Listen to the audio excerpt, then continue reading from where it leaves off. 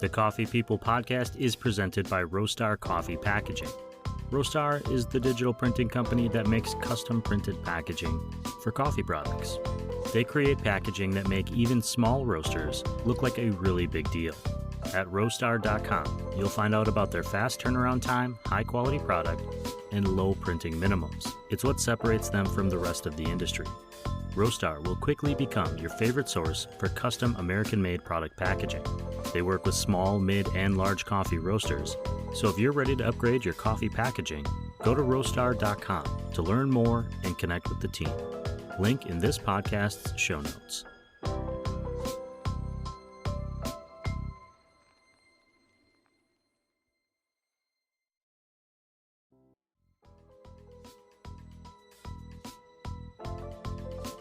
Yes, we have sponsors, great sponsors, but this podcast is primarily a listener and reader-supported creative effort. Some of you amazing listeners and readers have chosen the paid subscription option to the Roast West Coast Coffee newsletter on roastwestcoast.com. Those supporters are part of a growing community of people who really appreciate craft coffee, learning about coffee, and being inspired by the guests on these shows. If you are able, and this show has been going well for you with your morning mug of your favorite cup of coffee, please subscribe to the paid newsletter option at roastwestcoast.com. Thanks for listening, thanks for subscribing, and thanks for drinking good coffee.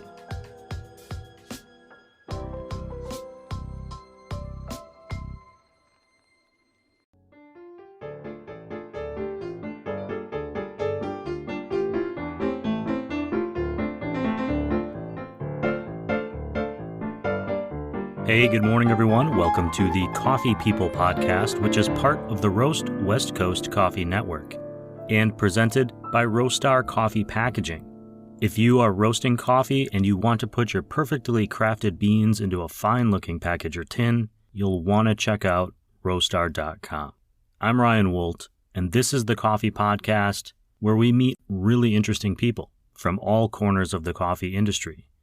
Today, I'm conversing with Nick Visconti, former professional snowboarder and current co-founder of Drink Coffee, Do Stuff, based in South Lake Tahoe, California. Nick's obsession with the dark art, as he calls it, began on top of a mountain. It led him down the path into a years-long pursuit of coffee education, even while he was still winning medals as a snowboarder, and eventually to the creation of Drink Coffee, Do Stuff, a specialty coffee company built with the belief that extraordinary coffee leads to an extraordinary life. Nick and I chatted while he was sitting outside his Lake Tahoe shop. In our video chat, I could see the tall pines reflected in the glass window behind him, hear the slight whistle of wind, and even the occasional young bird chirping.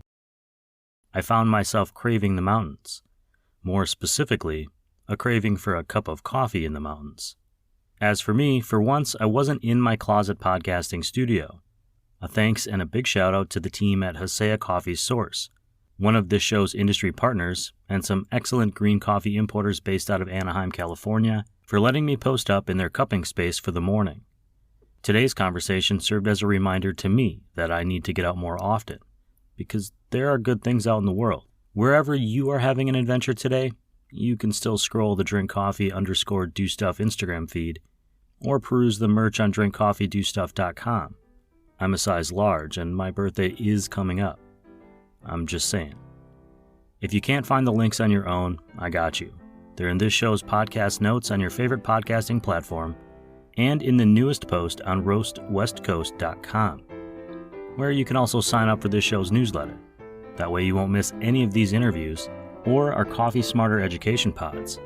Okay, let's get after it.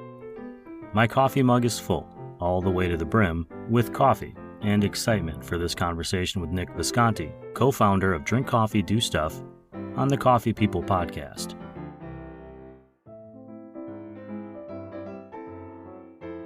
If you could introduce yourself to the Coffee People audience, just your name and the company that you run, where you are, and what your favorite Ninja Turtle is. Ooh, Ninja Turtle. Okay, right on. My name is Nick Visconti, and I own Drink Coffee, Do Stuff. We are Lake Tahoe's specialty coffee roaster.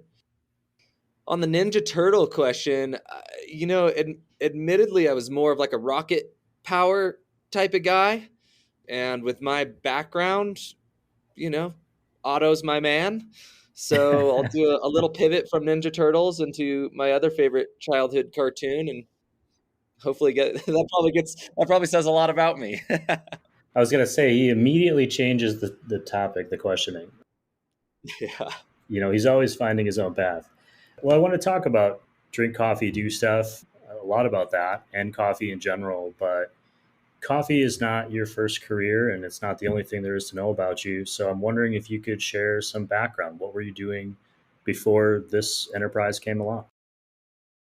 Yeah, absolutely. So in many ways, Drink Coffee Do Stuff is the culmination or almost personification of my history. And we always say, work hard, play harder. And the first, 10 years of my career life, I was a professional snowboarder and I played really hard. And so now I'm making up for it on the work side.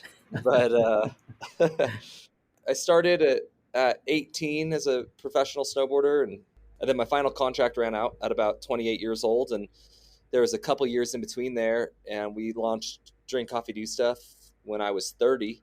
And that was about 6 years ago. So that kind of dates me. And I'm now 36. But my history is all in winter alpine sports, and particularly snowboarding. But it was pretty rad because at the apex of my career, maybe between 2008 and 2013, 14, I was traveling a lot. And one of the things that I found not only incredibly engaging on a global level was, but also on a personal level, is just simply that snowboarding was like this great conduit to all these different cultures and peoples, and I was very fortunate and thankful to travel around the world and be able to ride in all these incredible spots for sure, but also, really engage in a global community. And so one of the things in those travels over that 6-year time period that I also found was a great conduit to people, and was coffee. And I wasn't necessarily even a coffee drinker. We can talk about how the Drink Coffee Do Stuff kind of brand and mantra came about later. But what I really loved about it was very much what I was experiencing in snowboarding. Is it was this global culture, global community, and I thought that was really fascinating. And I think that was perhaps the first segue from snowboarding into coffee. While they might seem like a complete world apart, they're both passion projects for a lot of people, and I got really stoked on that.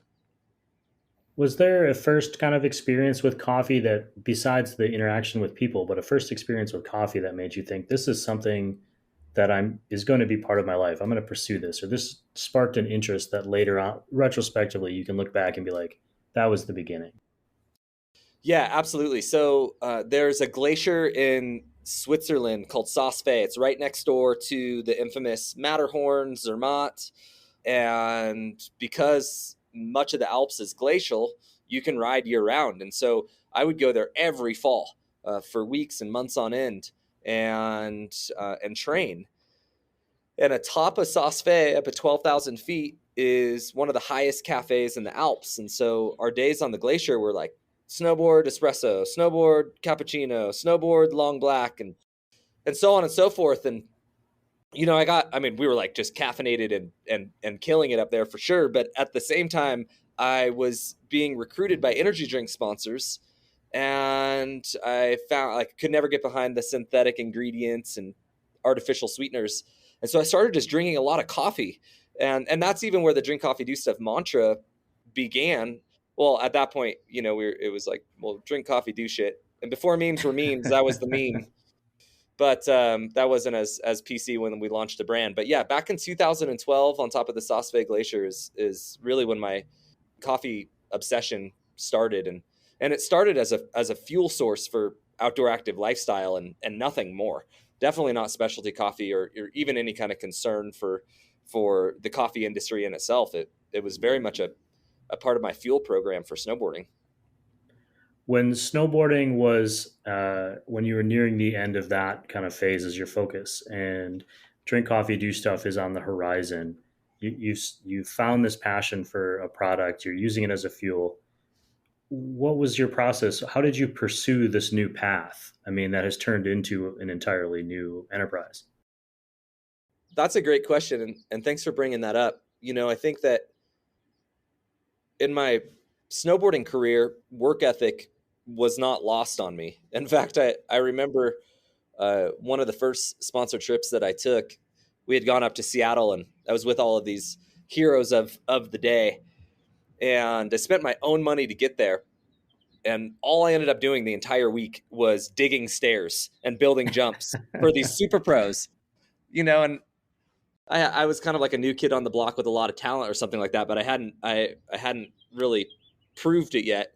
And I remember coming home so pissed, because I just spent all this money so that I could go shovel stairs for these people, and some of the hero factor definitely dropped down. But what I learned in snowboarding from a young age is that excellence requires work, and perhaps the best skill set that I was able to transition my snowboarding into coffee career was a sense of grit.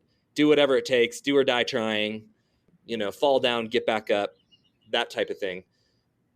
So I mentioned that because I guess it would be like 2014, 2015. I was still snowboarding, and but I knew at that point that I wanted to get into coffee.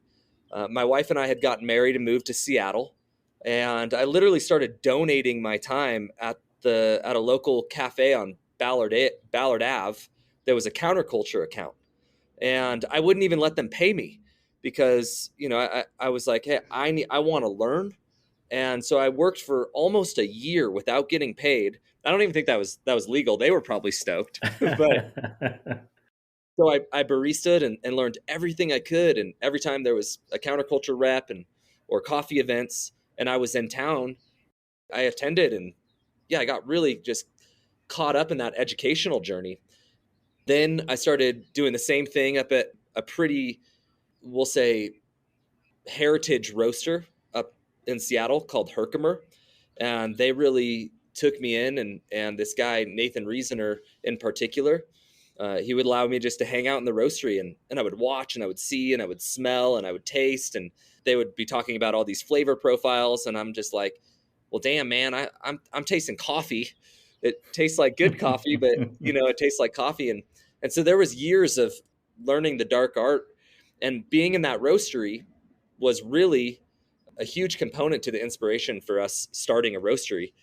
We were sourcing coffees from all around the world, and engaging in some direct trade relationships, and getting to Skype and meet producers when they were in town. And that's where the parallelism came with snowboarding. And on that global level, I was like, this is awesome. And I love working with the international component.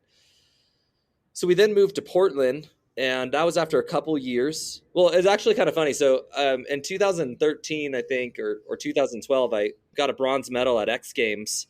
And the next day, from Nas, the rapper, and the next day I was sweeping trash cans at the local coffee bar for free. It was like such a man. It was a romantic time because when you're getting into anything new and you're just enamored with it, But at the same time, that was kind of my two worlds that I was living in, on stage, at international contests, and then behind the bar doing whatever it takes to learn the coffee industry. And so then I started working with the McIntyres, Emily and Michael, in Portland. They have gone on to launch Catalyst Trade, which is an incredible coffee importing company. They do unbelievable boots on the ground work in Ethiopia. They've also just launched Peru.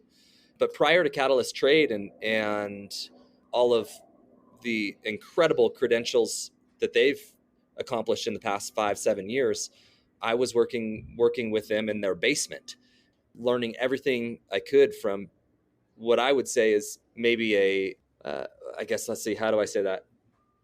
I was learning everything I could from a master roaster, like a bona fide master roaster. That is where I think my heart for roasting was really galvanized. And I knew that whatever venture was ahead of me was going to primarily be a specialty coffee roaster. So I just had these incredible people, and I want to honor them all. While I put in the work, my pedigree came from people that were just as devoted to me as I was devoted to coffee, and I'm very thankful for them. So far, you've been traveling internationally. You're in Seattle. You're in Portland. How do you end up in South Lake Tahoe, or in that Tahoe, Truckee, Reno area where you're at now? Or was there another step in there that we're missing?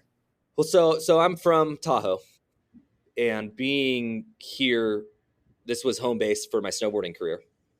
I moved to Seattle when I got married, wanting a little bit more of a urban balance, and the SeaTac airport was easy for me to travel out of. And at that point in my career, I was pretty much living out of a board bag 6 to 9 months out of the year, so I could kind of live anywhere. But yeah, my passion for the mountains and snowboarding was multi generations deep, and so I lived in Truckee up in North Lake Tahoe. So we came back, and at that point, the Drink Coffee Do Stuff business plan and startup was 100% in the forefront of our minds, and we had already started, developing, our financial plan to make that happen, et cetera, et cetera. So I came back to Truckee to start Drink Coffee Do Stuff with my wife Laura and my business partner Brad Farmer. How did you guys start working out the roles of that partnership, knowing that this was a business you were gonna to build? Working with a spouse and then bringing in a third party as well is a challenge, just because there's all kinds of different levels to that relationship. Absolutely. So Brad and I go way back. His entire history was in the snowboarding industry as well. A really decorated past, from international brand management, bringing a lot of new products and technologies to market, as well as working on the resort side and editorial. He comes from ESPN and TV when Fuel TV was a big deal. And so we had worked together for like 15 years during my snowboarding days. And so we already had established a really great, trusting work relationship and friendship. So when I was going on to launch DCDS, well, when Laura and I were going on to do that, it was for us critical to have someone else that we could trust. And it's been the best partnership. I mean, everyone says don't get into business with family and friends, but for me, it was essential. Like, if I can't work with my wife and one of my best friends, I mean, well, then who would I be able to work well with? And it establishes trust and balance of powers. And in the beginning, everyone's wearing every hat. And before we sold a pound of coffee, we just all drank beer and created. But as the business grew and the brand scaled, the roles became clearer, and also our skill sets and knacks for business became a little bit more defined. Here we are 5.5 years later, and we all have very distinct roles and separations of powers, and it works really well. At the beginning of that, when you're launching this, did you find any pushback in your life to this idea that you were going to go from snowboarding into coffee? And I'm going to ask next about the name and the branding, which is unique, in that it literally just tells you what to do. Yeah, yeah, exactly. Well, hell yeah, man. Everyone thought I was complete, had hit my head too many times, for sure. I'll never forget it. Yeah, 2013, 2014, family, friends, astonished that I was leaving. Well, one, because I'd worked so hard in it, I really did leave it at the top of my snowboarding career.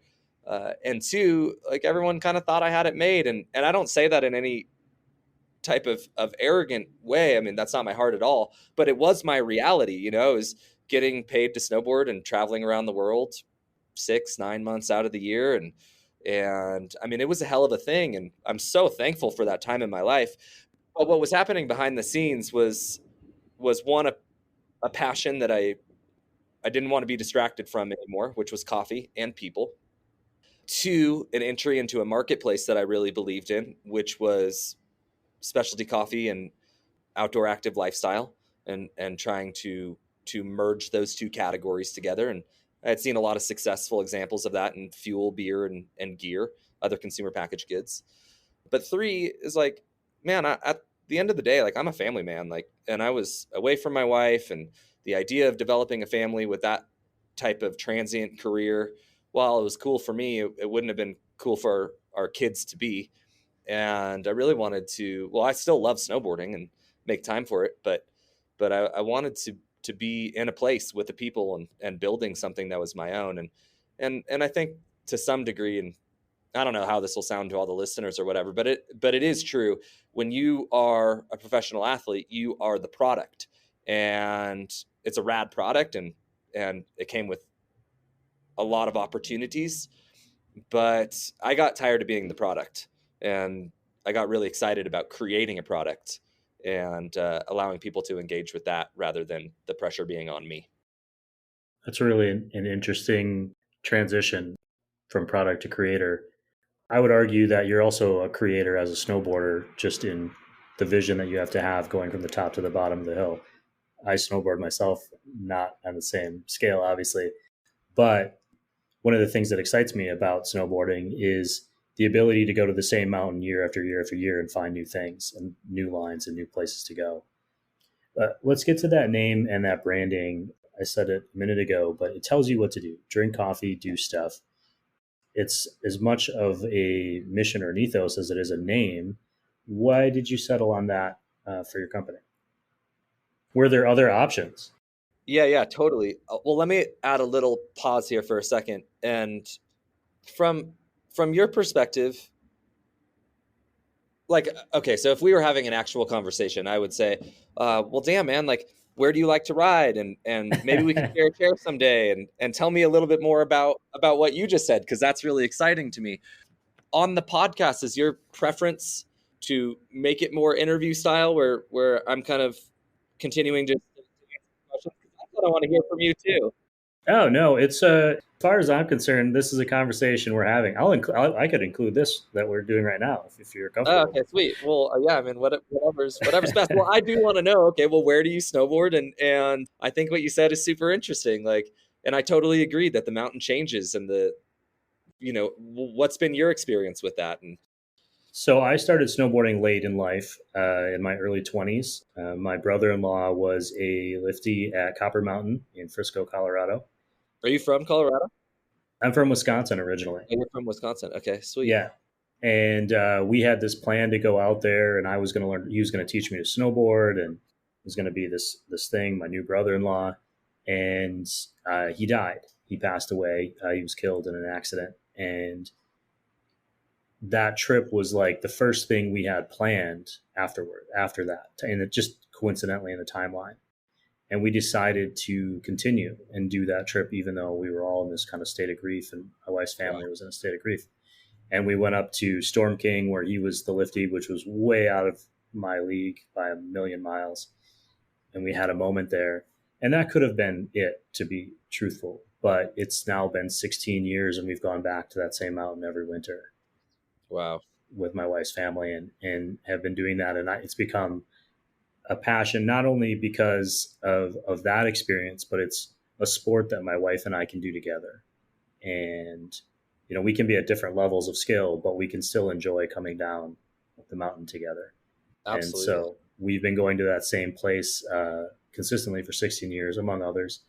And so that's my experience with snowboarding. Well, don't be a stranger up here in Tahoe, and we'd love to share a chair up here too. And thank you for sharing that about your brother. And I think that's very powerful. Mm-hmm. And obviously, being married myself as well, I agree with you. Being able to experience the mountain with my wife Laura, and it's really cool. And my family all rides together as well. And my grandfather lived in Incline, which is North Lake Tahoe, and I've always he's since passed away, and I've always felt a real connection to this place and to the mountains because of the passion that he had for it here too. And so snowboarding is, well, it's an extreme sport, but the reality is it's an opportunity to enter into nature, and sometimes you're ripping and sometimes you're just marveling at where you're at. And I think that for those that we've lost, or the people that we get to continue riding with, and our ride or dies, it can be a powerful thing for relationships. So I appreciate your perspective on that. I find it, and it could be snowboarding, it could just be hiking, it could be anything. I ride my bike. I'm a bike commuter. Yeah. There are moments of purity, I would say. There are moments where I become clear headed for maybe the only time that month when I'm doing one of those things. And coffee for me is also one of those things where I have moments where I'm working in coffee or where I'm in an interview where I can feel that flow state. And I'll link back, roll back to the name, but this brings up another question I had for you, I think more naturally, which is after you left professional snowboarding, have you found that in the industry you're in now or in other areas of your life, are you able to kind of slake that competitive desire, that competitive drive that you had? Because that's something for me that I found very difficult as an adult man. Yeah. Yeah. You know what? Thank you for asking that, because not many people have ever asked me that, if ever. I think that's an incredible question. So, admittedly, I am only competitive with myself. Mm-hmm. When I was snowboarding, and still to this day with coffee competition, or the local or regional or national brands that we're up against, I don't really look much to the left or to the right. I'm very self obsessed with what I'm capable of, and I'm have that has transitioned into the business side, where I'm very obsessed with what drink coffee do stuff can achieve.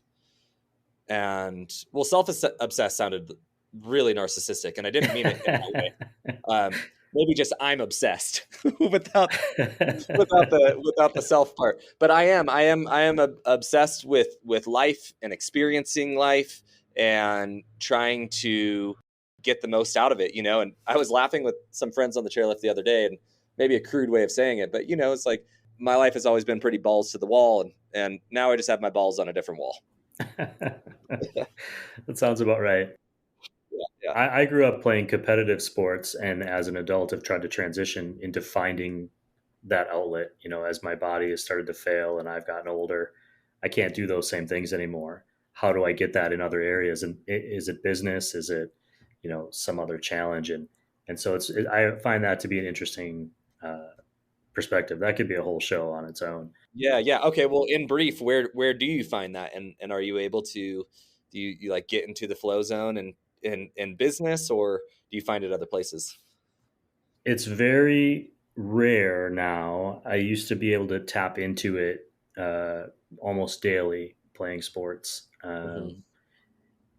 Now it's much more at random. Now I'm going about my life and I'll find a moment where maybe I'm riding my bike, to 20 miles, but I get excited about going up some hills or something. I'll Yeah. find a Yeah. moment in that where I'm like, oh, this is it. There it is. But they're briefer. And part of being an adult too is there's a modulation of emotion over time. I mean, when you're 15 and 16, you feel everything so passionately. Everything is important because your experience in the world is smaller.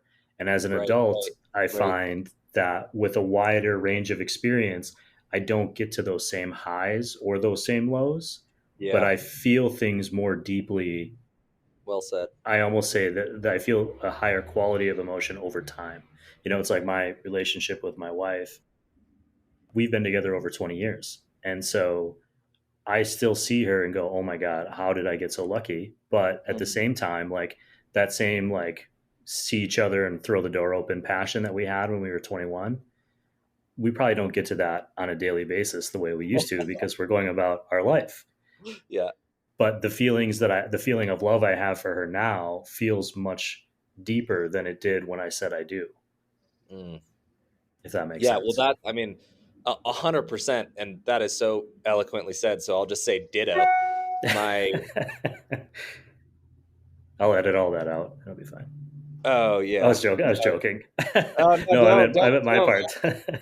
That's what makes us that's what makes us us. And yeah, I agree with you. We just celebrated 10 years, so Oh, congratulations on congrats. 20. Yeah. That's absolutely incredible. And yeah, Laura and I just celebrated our 10-year anniversary, which was I just, yeah, ditto. I agree with everything you just said. It's our love is becoming deeper, and our experiences are becoming deeper. We have a daughter now; she's a year and a half, and that has not only expanded our family, but the love and devotion and familial shared experiences that we have are just that much more meaningful and purpose driven and well, fun too. So I completely agree with you. Let's get back to coffee Okay. for a moment. We can tangent We'll have to again. have a beer sometime off podcast. Sure. I'd like that. The name. Let's get to that. You chose a name that is very bold and in your face. Were there other options, and what made this one the one that you said, no, this is what feels right? And not saying you couldn't have had moments that you thought maybe I could have gone a different way, but this is what it is. This is the brand. So I think that our name is a personality flaw of mine that sometimes works out. uh, I've always, for no other reason than I think that's just how I'm wired, I've always found a very unique path and tried to honor the authenticity of other people, particular places that I visited, myself. Drink Coffee Do Stuff is just who we are. We love drinking coffee and doing stuff. That was a love it or hate it brand name. We didn't know if it was going to measure up, particularly in certain business categories that might be a little bit more antiquated or archaic, like grocery. Like how does Drink Coffee Do Stuff perform on the shelf at local, regional, and coastal grocery stores? But at the end of the day, we just believed so strongly in it, and it was so authentic, and it was so damn real. And it's also what everybody does every single day, that I'm not sure if we could have put the same amount of passion and invested the same amount of blood, sweat, and tears into anything else that didn't feel like truly, genuinely 100% ours. And Drink Coffee Do Stuff is that. I was actually surprised. I knew of the South Lake Tahoe location and a second location, but when I was kind of doing some research for the show, I realized you've actually got several locations all over the place. Carts and shops and things. Are you primarily a brick and mortar business? Are you an online business? Are you a wholesale business? Where have you taken this company? And when you're presenting your coffee out under the DCDS brand, what is it you hope people get from it? When we launched Drink Coffee Do Stuff in 2017, we had a business plan, and we quickly learned to crumple that up and to really experience, or we had to learn, where we were going to be able to be successful, what opportunities the market truly had for not only specialty coffee, but a lifestyle brand like ours. And then we had additional challenges because we live in such a tourism driven place with incredible seasonality. Truckee is where our headquarters is. That's in North Lake Tahoe. We started simply as a roastery and an e-commerce business and wholesale. Those were the two categories that we launched with. We really believed that there was this ability for us to leverage our destination and impact consumers and coffee drinkers and people that were both into craft coffee as well as the outdoors. So if you were to think of another business model that's similar to ours, and we did source some inspiration from it, it would be like Kona Brewing, right? Like you go to the islands, get your longboard lager, and then you go back to your hometown and you can find it there. There's memorabilia attached to it. There's memory attached to it and experiences attached to it. And so it was our goal to really develop an emotional connection with our consumers and not just a caffeine connection. For the first 3 years, we were an e-commerce and wholesale business exclusively, and there was a lot of people crushing it on the brand, and we had some opportunities to dive into retail, and so we felt confident that retail was a part of the future, but not the X factor to the DCDS brand. We have since opened up 3 coffee shops. We have one in downtown Truckee, one in North Lake Tahoe and Incline Village, one in South Lake Tahoe. We also have 4 in-store collaborative cafes with Rayleigh's in Reno, Truckee, Sacramento, Roseville.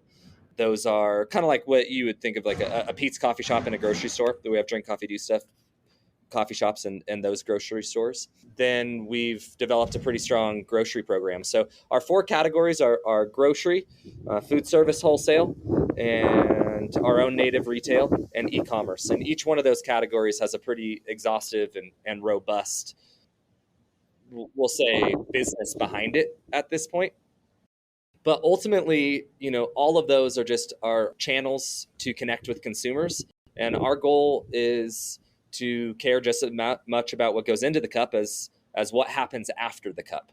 We really do believe extraordinary coffee leads to an extraordinary life. And I think that's one of the reasons that the brand has been so widely received and performs so well in those categories, because people get it. Like, we're telling them what they already know, and it's fun. And we have a lot of awards behind the coffee at this point. We won a Good Food Award our first year into business.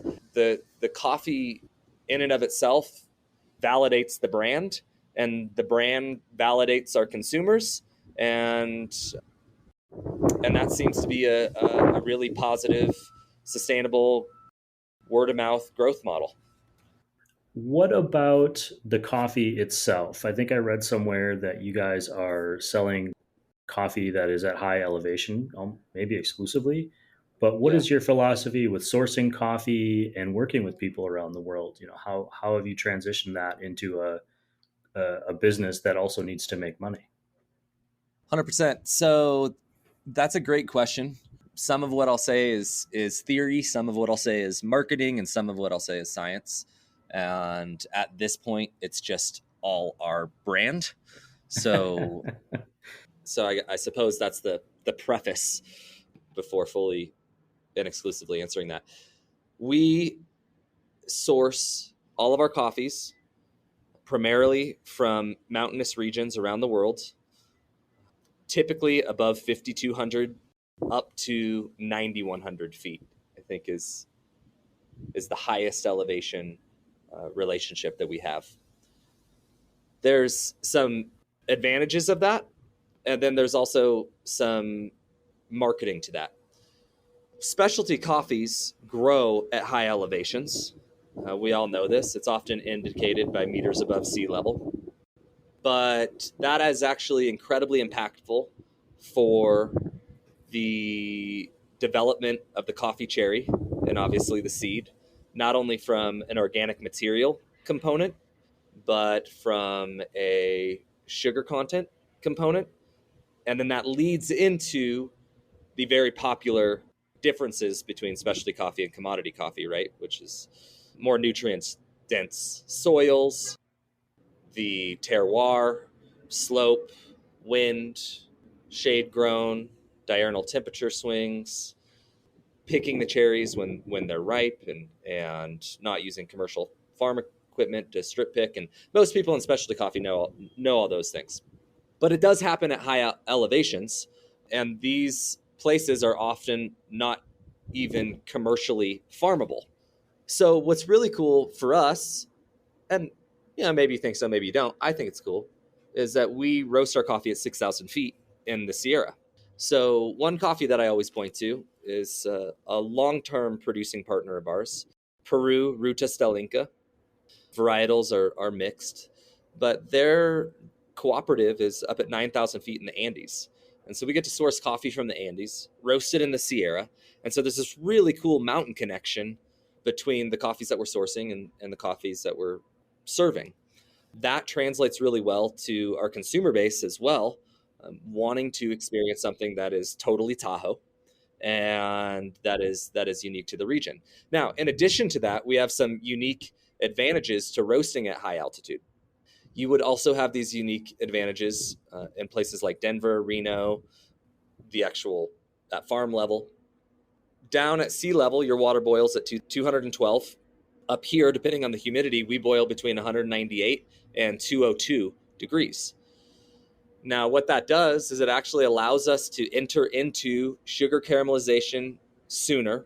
We can stay there longer while preserving sweetness in our coffees per roast degree, at the same time making acidity more palatable.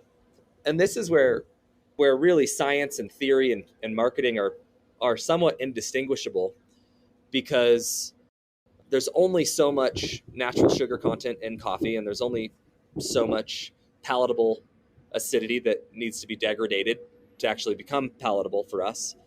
However, our roasting style and profiles has really taken advantages of the environment. And I would say that it's not unlike anyone coming to elevation, runners that come to elevation to train their lungs. There's certain advantages to that, and then they go crush it. What I'm not saying is that our coffee is any better because we're at high altitude. What I am saying is that we have harnessed the environmental conditions, just like specialty coffees in and of themselves, to maximize their sweetness and flavor potential.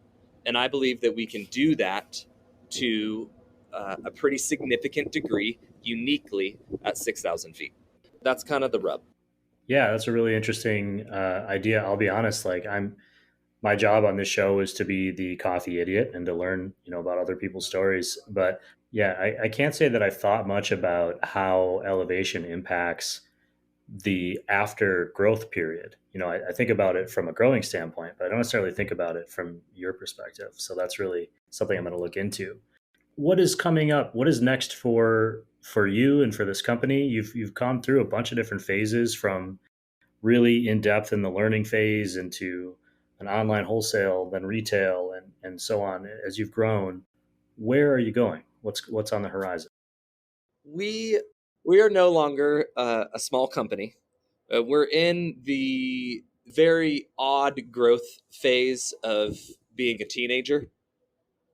We're freshmen in high school. We're freshmen in college for a mental picture. And what I mean by that is we have a fantastic business, a ton of opportunity, an incredibly specific and unique and well-performing vision. What we've sought to do, we've done through grit and grace. But I believe where we're currently pivoting is going from running a really cool brand to running a really good company. And those are two very, very different things, right? On the brand side, it's like, okay, sexy packaging, cult following, really penetrating your target audience, developing products that sell through and perform and build momentum for a brand, going from our Northern California region and further developing the performance of the brand on the West Coast and certain other lifestyle oriented regions across the nation. But the company side is bottom line, top line, navigating the current uncertainties in the economy and smart, sustainable growth. And that's what we're really focused on right now. And definitely not at the expense of the culture. That, in addition to our award-winning coffees, will continue to be the predominant vision for what we're doing. But what I'm learning a lot now, we have 42 employees. We operate 4 locations.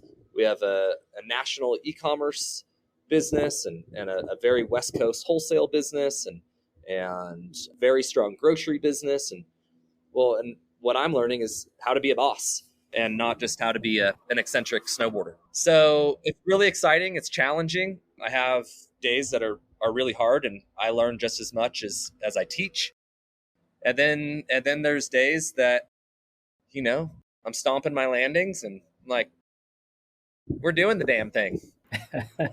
But regardless, credit needs to be given where credit's due. And we have an incredible staff, an unbelievable community that's been super supportive. My wife and my business partner, Laura and Brad, our higher level leadership within the company. Everyone really deserves to be honored. While this might have been my brainchild, it's all of our company. And the truth is the people that need to be probably thanked the most is all of our customers, the marathon runners in the city and the cyclists down in the valley, the people that love outdoor adventure that come to Tahoe or down to Mammoth. And those are the folks that have really allowed us to leverage the brand with our commitment to to the values of our coffee sourcing and roasting. And we've grown an incredible company, and it's grown pretty substantially. And I'd like to continue to do that, especially to continue providing more opportunity for our crew. Like I could say, oh yeah, well the brand's sick, and and I'm doing fine, and that's great, and we've gotten through some of the high risk phase of business. But what does that say to all of our leadership? And so we're going to continue to grow to give them more opportunities and be better employers, and to engage with more people, and yeah, see where it goes.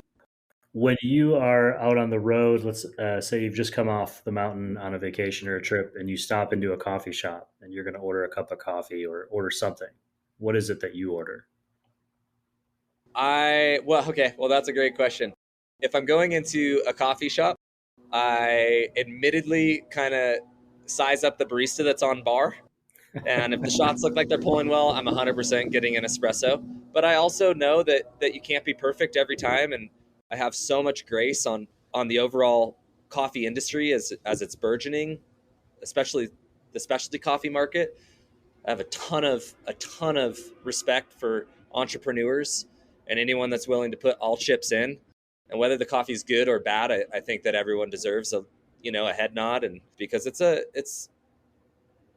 hell of a thing. It's no short feat to start your own business, and typically there's a lot of financial risk there too. So I try not to be very judgmental, but I do size up the barista and just to make sure that what I'm ordering is the safest bet. If the barista's learning, that's totally cool. We all start somewhere, but in that case, I'm probably just getting a pour over or a drip coffee. Nick, I want to make sure that before we go, I ask you, what did I miss? What is something that you wanted people to know about your company or about you or anything in general? It's your platform. Well, thanks for asking that, but I would actually counter that and say, well, what have I missed? And I'm very interested in hearing back from everyone we get to talk to, and our customers and your audience and stuff like that. I hope that this didn't come across as, oh, this is me and my company. It's not. It is very much the momentum of everyone that's ever bought coffee from us, that's ever worked from us, and that's ever believed in us to give us a chance as a vendor. So I don't know. I said a lot, but I think it would be best for me to just listen now. If this were on TV, I'd flash your email at the bottom of the screen. There you go. Boom. Nick, thank you for spending almost an hour talking about your company and about yourself and putting yourself out there that way with our audience. I really, really appreciate your time. And I look forward to that beer or that coffee on the chairlift someday. Hey, man. Well, thanks for having me on the show. I really appreciate you. And I knew we were going to get along right when I saw that St. Archer sweatshirt you're wearing. We do drink coffee and drink beer after. That's the MO. So let's get together in your neck of the wood next time. So like I said, don't be a stranger up here. And I very much appreciate your time. And thanks to everyone who made it to the end of this.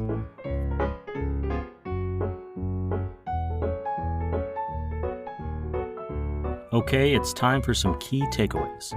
In the early 2010s, Nick's passion for coffee as a fuel, not a flavor, started on top of a mountain, which sounds like something Ron Burgundy would say to emphasize his point.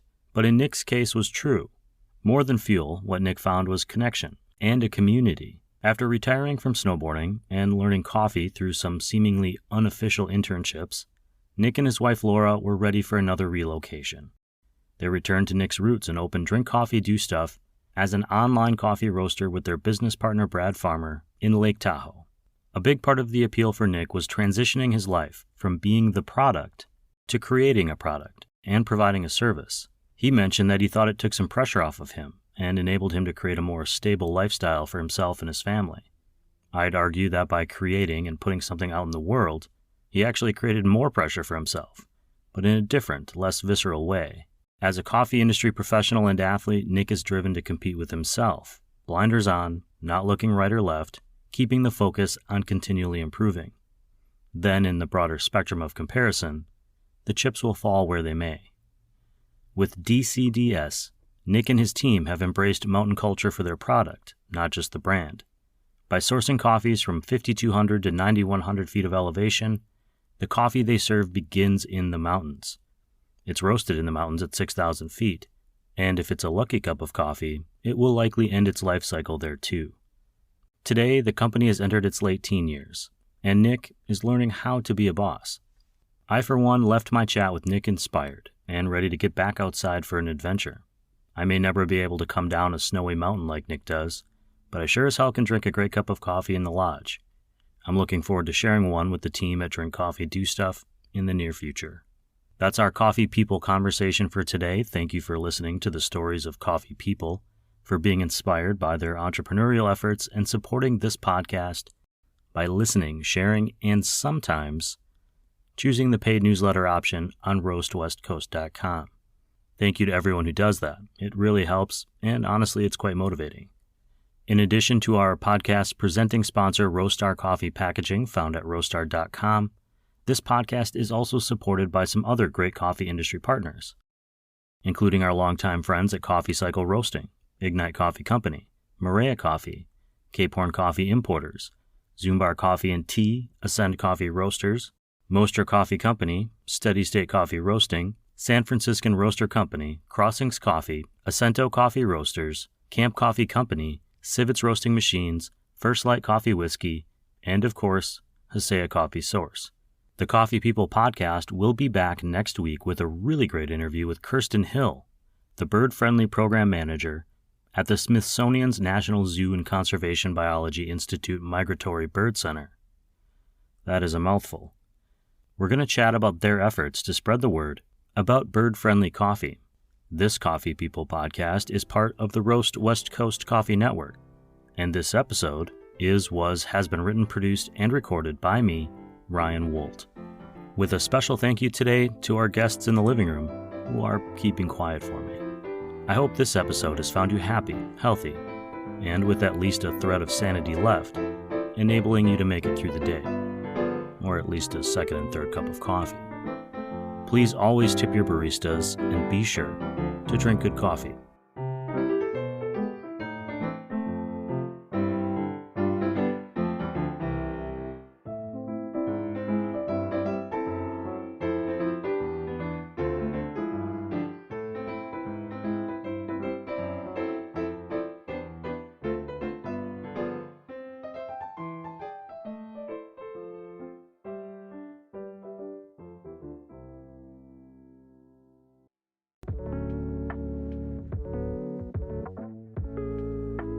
Hello, all you coffee drinkers out there. If you are in the early stages of your coffee journey, we want to support you. Season 2 of the Coffee Smarter Education podcast is now underway.